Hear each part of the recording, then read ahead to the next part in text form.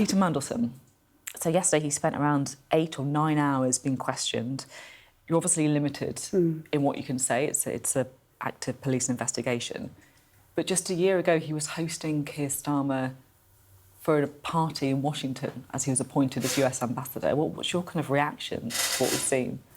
I mean, as you say, because there is a police investigation underway, I won't say too much, but I mean, sadly, what has become clear is that the extent of the continued engagement, the continued conversation and access that Peter Mandelson had with Jeffrey Epstein, including during the financial crisis, was not something that was known at the point at which Keir Starmer appointed him as US ambassador. When that did become clear, he was sacked from that role, and that was the right thing to do. Yeah, he obviously denies allegations. There's a police investigation ongoing. There's been, of course, a call and an acknowledgement that the government needs to publish and be transparent with all of the documents around the appointment of Peter Mandelson as US ambassador. And yesterday, we were told that that would begin in early March. Is that still happening, despite the arrest? My understanding is yes, but we do just need to be mindful of any documents we publish, given the nature of the ongoing police investigation. So we want to be transparent. We do want to push ahead with publishing documents, but we just need to make sure that nothing that's published could compromise or call into question an ongoing police investigation. That's why, whilst I do understand that people want documents into the public domain, we just have to make sure that that is aligned with the work of the police. But we should still expect them to be early March, which is next week, right? You know. So that is our intention. But of course, we just need to be guided by the police in some of this, which I'm sure you'd understand. The Lib Dems are now calling for documents around Andrew Mountbatten-Windsor's appointment as UK trade envoy to be released. They're going to be calling for that in Parliament today. Should they be? So we'll set out our approach in Parliament in responding to the Lib Dems' motion later on today. But again, there are similar challenges that are presented given the ongoing nature of the police investigation. So, you know, we'll consider reasonable requests. Of course, we want there to be transparency around these questions, but we can't do or publish documents that might jeopardise a police investigation. People understand that, right? Yeah. But with Peter Mandelson, you said that you will publish those documents. Will you do the same with Andrew Mountbatten-Windsor, or should that happen? Again, we would like to be in a position of being able to publish more material in any case like this, because I think there is an obvious question of public interest. But given that there is also an ongoing police investigation, we just need to be careful. So what are you going to do later then? Are you going to kind of back the Lib Dems? Are you going to, you know, allow MPs to back... What's going on? So we'll review what they're asking for. We'll set out our approach later on in Parliament.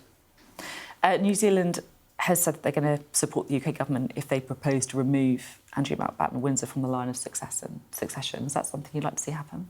So we're ruling nothing out, and that is definitely an option that we would want to keep under consideration, and where we've said we will do that if necessary. But again, we're not going to take any action until that police investigation has concluded. So we'll continue to keep under review any kind of reasonable suggestions that people have. That's one area that is definitely on the table for action, but not until the police have done their work. And then I guess just finally, and I know I just want to kind of remove this from the individuals and the active investigations that I can tell you have a nervousness around talking about.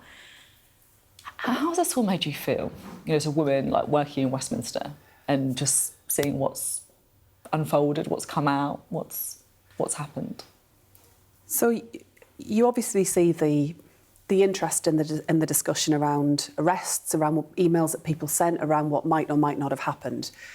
But actually, the thing that troubles me the most is that we shouldn't lose sight of the women and the young women who've suffered as a direct result of the actions of people like Jeffrey Epstein. And it confirms, sadly, what lots of us know, which is that often powerful men, people in positions of authority, will operate with impunity, will effectively be above the law, will not face consequences for what they're doing. And some of this can happen in plain sight. And this isn't just about people who are rich and powerful. There is clearly something quite serious going on around that in this case. But this is also just where we don't believe women, when we don't listen to children. And that's why, you know, we've been legislating in Parliament to make sure that we better work together to tackle some of this, that the culture of disbelief, the lack of this kind of constant mantra of, you know, we'll learn lessons when we know what we need to do, we just need to get on and do it. The thing that sort of struck me reading a lot of the emails is how men talk about women when women aren't in the room. Do you know what I mean? Yeah. It's kind of slightly depressing or very depressing. I don't actually have the words for it really, and it makes you realise that how people can present can be very different to how they will behave when they think no one is watching or when no one's noticing.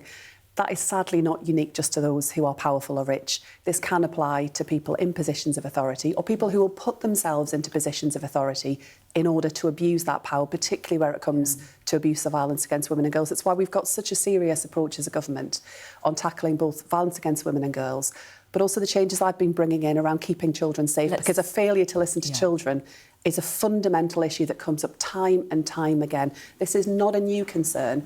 This has been happening over decades, and we've got to be better about this as a country. I could talk to you about this for a long time, but I do want to talk about your reforms as well. The school reforms to special and educational needs. It felt to me like at the heart of what you said yesterday was white working class kids, particularly in areas outside London. Is this the group of children that you think has been let down, betrayed? What would you say? I think we've seen progress in our schools over the course of the last 30 years under a number of governments, and there have been positive developments and there are brilliant people working in education. But when you look at the stubborn gaps that exist, and particularly where it comes to kids from white working class backgrounds, that's both white working class boys, but it's also girls who don't achieve everything that they should. We've not been serious enough as a country about tackling that, about not just the individual cost that comes, but also the failure that we experience as a society when we don't harness all of the ability and talent of everyone in our country. And, there's been a lot of discussion in recent times about the number of young people who are not in education, employment or training. And the biggest group amongst them are white working class kids and their families have lost hope and lost faith in education. We have to restore that hope, that ambition. And I am so ambitious for those children. That's the community that I'm from.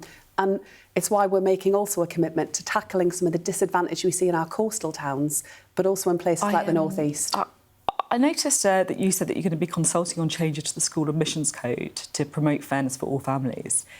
Is this partly about, trying to stop a practice where wealthier parents or middle-class parents kind of buy expensive property to take places at the best schools? Is that what it's about, or not really? So, no, it's more about making sure that all families have a fair system, and we're going to consult on the admissions code, but a fair system where there is transparency around what's required and where everyone is able to get the chance to go to their local school. Sometimes what you will see is if a school sets a certain uniform policy that makes it harder for low-income families, that can be a real barrier to admission. Or if, for example, parents aren't made aware of the extra transport support that might be available in terms of costs if their child is on free school meals, that can also be a barrier. So it's not about, the distance criteria or being able to, I guess, kind of, some people would say game the system. So different local authorities do things in different ways, so will different councils. I understand that, but this is about... I want every local school to be a fantastic school. There is too much variation between schools. We've got to address that. But we do need fairness for families. And we also need fairness when children move between schools as well. And sometimes there can be issues there. OK, good to have you on. As always, Bridget Phillipson, they're the Education Secretary.